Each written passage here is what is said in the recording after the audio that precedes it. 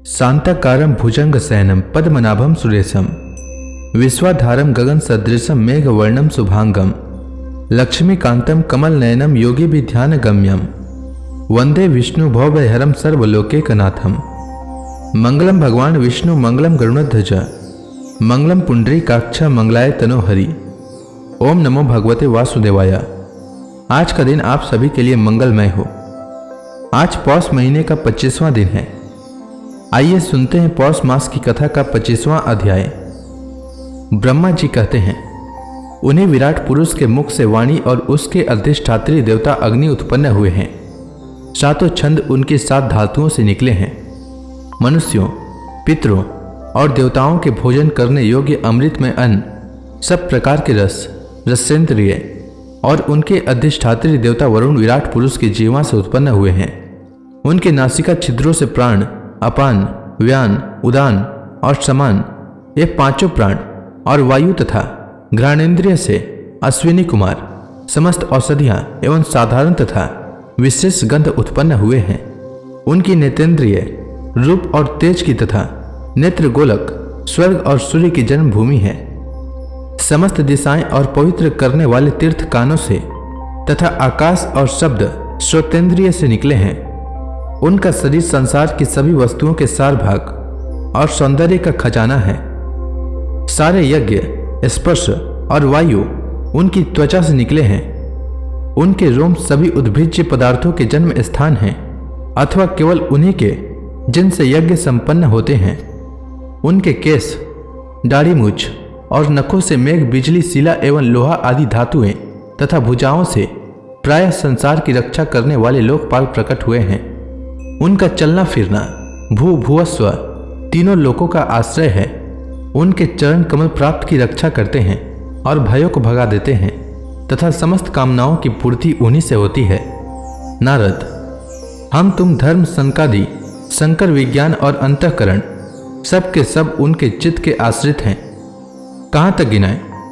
मैं तुम्हारे बड़े भाई सनकादि, शंकर, देवता, दैत्य, मनुष्य, नाग, पक्षी, मृग, रेंगने वाले जंतु, गंधर्व, अप्सराएं, यक्ष, राक्षस, भूत प्रेत, सर्प, पशु, पितर, सिद्ध, विद्याधर, चारण, वृक्ष और नाना प्रकार के जीव जो आकाश, जल और स्थल में रहते हैं, ग्रह, नक्षत्र, केतु, तारे, बिजली और बादल, ये सब के सब विराट पुरुष ही हैं। यह संपूर्ण विश्व जो कुछ कभी था, है या होगा, सबको वह घेरे हुए हैं और उसके अंदर यह विश्व उसके केवल 10 उंगल के परिमाण में ही स्थित है। जैसे सूर्य अपने मंडल को प्रकाशित करते हुए ही बाहर भी प्रकाश फैलाता है, वैसे ही पुराण पुरुष परमात्मा भी संपूर्ण विराट विग्रह को प्रकाशित करते हुए ही उसके बाहर भीतर सर्वत्र एक रस प्रकाशित हो रहा है। मुनिवर, जो कुछ मनुष्य की क्रिया और संकल्प से बनता है, उससे वह परे है और अमृत एवं अभय पद का स्वामी है। यही कारण है कि कोई भी उसकी महिमा का पार नहीं पा सकता।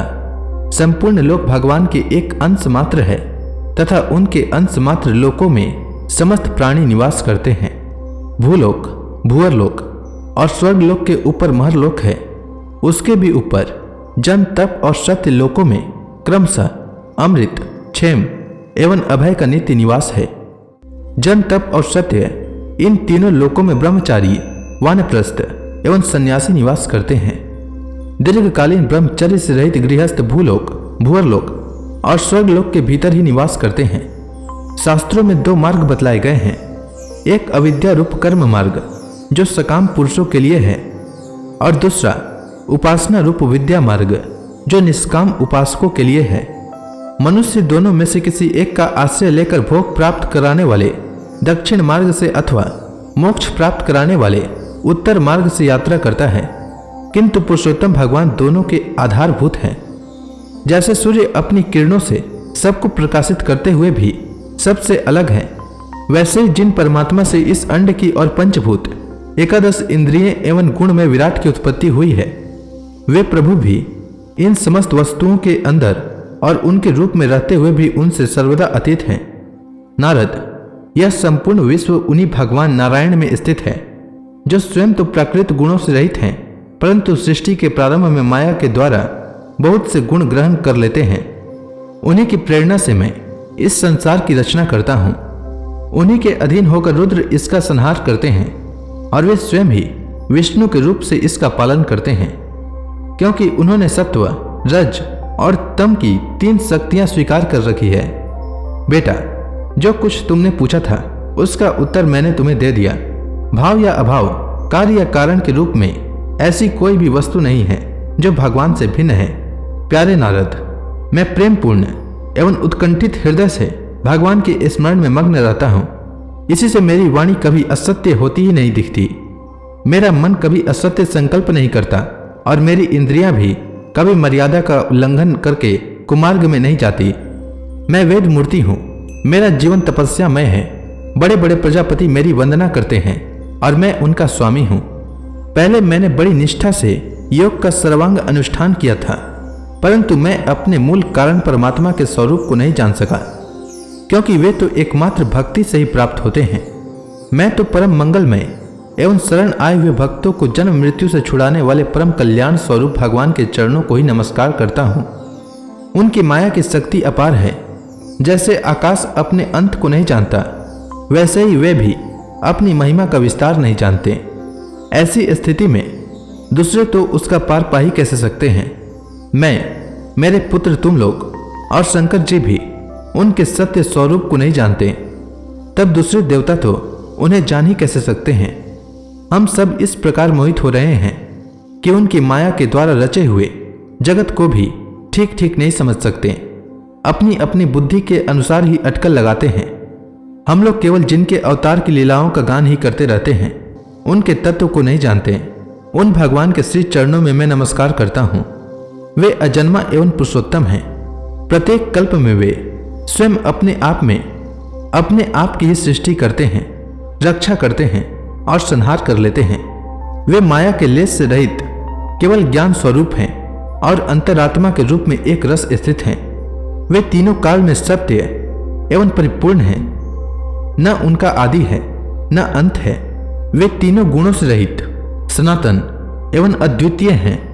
नारद, महात्मा लोग जिस समय अपने अंतःकरण, इंद्रिय और शरीर को शांत कर लेते हैं, उस समय उनका साक्षात्कार करते हैं। परंतु जब असत पुरुषों के द्वारा कुतर्कों का जाल बिछाकर उनको ढक दिया जाता है, तब उनके दर्शन नहीं हो पाते। परमात्मा का पहला अवतार विराट पुरुष है। उसके सिवा काल, स्वभाव, कार्य, कारण, मन, पंचभूत, अहंकार, तीनों गुण, इंद्रियां, ब्रह्मांड, शरीर, उसका अभिमानी, स्थावर और जगम जीव, सब के सब उन अनंत भगवान के ही रूप हैं।